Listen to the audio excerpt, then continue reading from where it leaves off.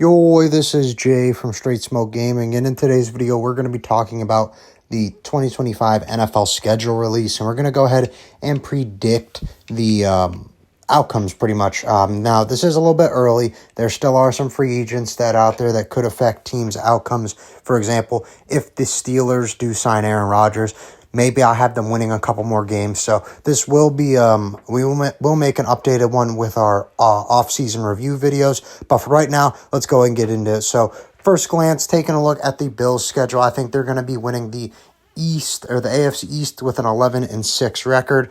The Jets 9-8. I'm not exactly sure how Justin Fields is going to do with the Jets. He's been okay, but not really great on any team. So who knows? Based on what I've seen from Fields, I have them sitting at a 9-8 record. The Patriots 8-9. They had a really good draft, but this is a young team with a new head coach. It might take a year to get things going. So I think an 8-9 record is more than respectable for the Patriots. And the Dolphins 7-10.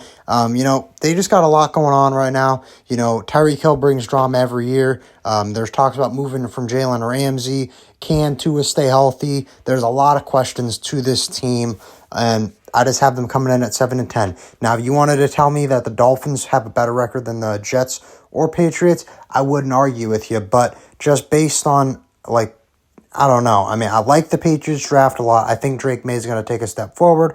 The Jets, I like them bringing in Justin Fields. It's going to be hard to play worse than Aaron Rodgers did. So, that makes it an upgrade, even if it's slightly better. The Dolphins, they didn't really have a good offseason for me. I didn't really like their first-round pick. I liked the pick. It was just, it felt like a reach. So, Dolphins, I could see them winning a couple more games. If you wanted the Patriots to lose a couple more, I could see it. If you wanted the Jets to lose a couple more, I could see it. Next up, the AFC North. We have the Ravens sitting at a 12-5 record. The Ravens, they're still a really good team. The defense always is good. You still got Lamar there. You brought Derrick Henry back, so Ravens, no doubt they're still going to be good.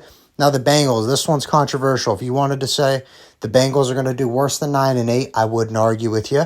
The defense is rough. They do not input any money, draft capital really at all into the defense, and when they do, like they did this draft, they're having a hard time getting these guys signed. So I don't like that. With Trey Hendrickson. I'm not sure if he's going to play. He needs a new contract, so there's some question marks there. So definitely, if he does not play and they have a hard time getting these guys signed and they don't sign with them, I'm definitely having them lose more games. I felt like a 9-8 was a generous record. But main reason I have that is because the Steelers at 5-12, I do not like their quarterback room at all. I understand upgrading from Pickens to DK, but I don't understand. You don't have a guy to throw the ball to him, so I don't know why that was so important. And the Browns, I'm not sure with the QB room. I think Sanders could be good. I have a feeling he'll be the guy that ends up starting for them, and he's going to be the guy of the future. But who knows how long it's going to take for them to figure that out. They do have Dylan Gabriel, too. They got to give both of them a chance. So just 4-13 for the Browns. AFC West, I have the Kansas City Chiefs going 12-5. We all know the Chiefs. You still got Mahomes. Big thing here is going to be pending the Rashid Rice suspension and if Xavier Worthy can take that next step. But overall, I did like their draft. They improved the offensive line. Really like Jalen Royals. So I believe Kelsey's still there. The defense pretty much all still intact. So I like the Chiefs going into this year, 12-5, winning the West. Then you got the Broncos sitting at 10-7, another team that I like their offseason. I like their draft. I really like some of the guys that they brought in. They're still a really good team. Main thing is Bo Nix is young, so it's really going to depend on how he does in his sophomore year. But overall, I have them going 10-7. Next up, the Raiders going 9-8. A big fan of the Raiders. I like what they did this offseason. I love the Pete Carroll signing. He's going to build an identity and build a culture there, which is kind of what they've been lacking. And bringing in Geno Smith, one of the more accurate quarterbacks in football. When you don't got good wide receivers that can go up and get the ball out of there, what do you need? You need accuracy, and that's exactly what Geno Smith is. And we all know what Genty is, generational talent. He's going to get the ball 300 times this year, and he's going to do his thing. No worries there. The Chargers, I have them going 9-8. Was not really a fan of their offseason. I understand Hampton, I like him, but also signing Najee, I felt like they could have did something else. So Chargers not too high on this year. The South, this division is interesting. I don't know what to make of this division because as you can see, one of these teams are going to make the playoffs, and it's going to be the Colts with a 7-10 record. Now, they have more losses than wins. I'm not exactly sure what I do with the quarterback room. Anthony Richardson really isn't proven, but Jonathan Taylor's that much better. So I think this offense is going to run through Jonathan Taylor, and a lot of their success is going to depend on Anthony Richardson and if he can have success, because the guy behind him is Daniel Jones, and I don't trust that. The Texans, 7-10. Now, if you wanted to say that you have the Texans in over the Colts, I wouldn't argue with you there. My main concern with the Texans is they got rid of a lot of offensive linemen. They let a lot of guys go, and their wide receiver room. No one knows about Tank Dell. He seems to get hurt every year with a bad injury. Nico Collins is still there, but I would have really liked to see them add a vet to that wide receiver room, not just two rookies, 2 second and I think third round rookies. So that's the only knock there. The Jags at 6-11. I like the Travis Hunter pick. I think that's going to pan out well for them, but there is more needs than just Travis Hunter to this team. So that's not going to catapult them to winning the division right away. It's a step in the right direction, though. And the Tennessee Titans, 5-12. I think Cam Ward was a good pick. Definitely think they still have some problems on the offensive side of the ball. They need to get a good pass catcher for him. So 5-12, I think, is more than generous for the Tennessee Titans. Over to the NFC, you have the NFC East.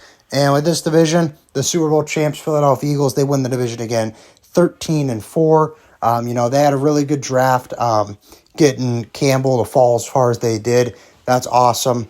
Saquon's still there. Hurts is still there. All the big names are pretty much still there, minus maybe a couple guys in the offensive line that left in the offseason. But overall, really good draft, really good offseason. I don't see any reason why the Eagles won't win this division and have another really good year.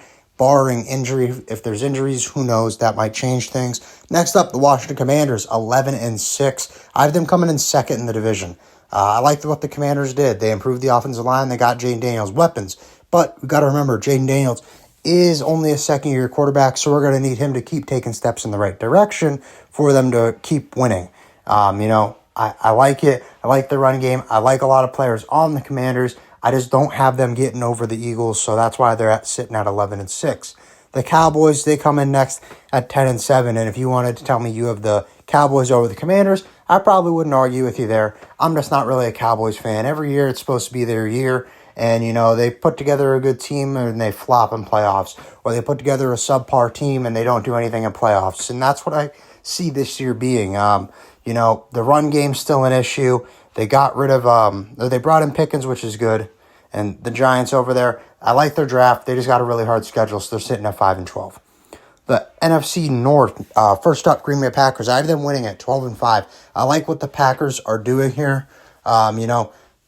The Jordan Love is good. I love the Matthew Golden pick. They don't normally use first-round picks on wide receivers, so when you do, it makes you think they're going to use him. I think they see something in Golden. I think he's going to fit in well. So 12-5 for the Packers. Next up, the Detroit Lions going 11-6. Now, if you had the Lions losing a couple more games, I wouldn't argue with you there. They lost their OC, they lost their DC. That's a lot to lose and a lot to replace in one offseason. So I do look for there to be steps taken back on the offense and defensive side of the ball. But, they do have a lot of names. There are a lot of talent. So if they don't, I wouldn't be surprised. But I am expecting the Lions to not be as good as they have been in recent years. Next up, the Chicago Bears, they go 10-7. I think the Bears are going to have a relatively good year. Ben Johnson, head coach, he's good. They got a lot of weapons. I love the Colton Loveland pick. They got Luther Bird in the second. Big thing here is going to be, will Caleb Williams continue to take the steps that he needs to do? So I have them going 10-7. I think that's a pretty good year, especially with a first-year head coach and a whole new offense that the team's going to have to learn.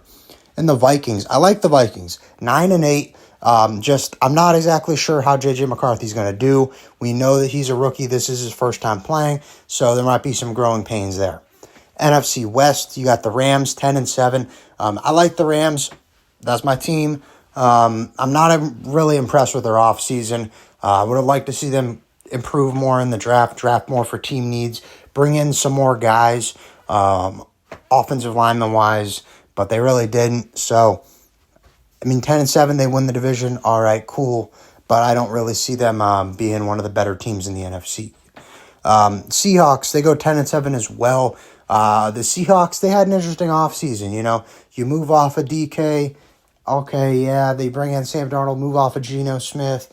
So it's going to be interesting to see how this all works out. There's a lot of new people coming into that offense, and they're going to need to hit the ground running to be good, because I do think this is a competitive division. Definitely not to the level that it was in years past, but I do think these teams are very equal in balance and talent and all that. 49ers, they go 9-8. Just gave Brock Purdy the big contract, but they did lose a lot. They lost a lot of starters. Deebo Samuel being one of the main ones. A lot of guys on the O-line, a lot of guys on defense. So they're going to be needing a lot of their defensive guys that they drafted to step up and play right away. 9-8 seems like a good record for the 49ers, just with all the uncertainty on the defensive side of the ball. Then you got the Cardinals going 8-9. Now, if you have the Cardinals doing better, I wouldn't argue with you. I think the Cardinals are a sneaky good team. Another year for Marvin Harrison, I think is going to be a great year for him. The South, you got the Bucks 11-6. The Bucks, by far, I think they're the best team in this division. It's not even close, you know. Mike Evans is back. Godwin's back. You drafted Ibuka. You still got Baker as your quarterback. Bucky Irving's coming back. Everyone loves Bucky Irving. And, they lost those seats. There might be a little bit there. But overall, I think this is a good team. A lot of the main core players are still there. I got them winning the division. The South, next up, is the Atlanta Falcons, 5-12. It'll be interesting to see. A lot of their success is going to depend on how Penix plays, as it is really his first year. We've seen him, I think it was for 2 or 3 games maybe last year, so he didn't get much time to play, but I do believe Penix will be the starter, so a lot of their success is going to depend on him. The Panthers, 5-12. They drafted Ted McMillan. They got a weapon for Bryce Young. It's going to be interesting to see how it all plays out, though. I'm not exactly high on them. I don't really think their roster is better than the Falcons, so I can't really have them getting more wins than the Falcons. So they're sitting at 5-12 as well. And the Saints, I don't know what they're doing. 3-14. I think they are by far going to be the worst team in football. With Derek Carr walking away, all the question marks at the quarterback position. Don't really think Spencer Rattler's ready. I don't think Jake Hayner's ready. And I'm not exactly sure about the guy they drafted out of Louisville. So it's going to be an interesting preseason for the Saints. But overall, those are my predictions. Now, this is all opinion-based, so go ahead and comment down below. Let me know what you guys think. I didn't really get a chance to talk about the Giants much. I ran out of time on that slide. So I'll talk now. I really do think the Giants had a good draft. I like a lot of the guys they brought in. I'm a big fan of Jackson Dart. I love Abdul Carter. Main thing here is they just got dealt a really bad hand. They got a hard schedule. They're in a good division. The Commanders, Cowboys, and Eagles are all good. So that's not a knock on the Giants. But when it comes to this video, that's all we got. So if you enjoyed, please remember to like and sub for more Madden and football content. And we'll see you in the next video. Bye, guys.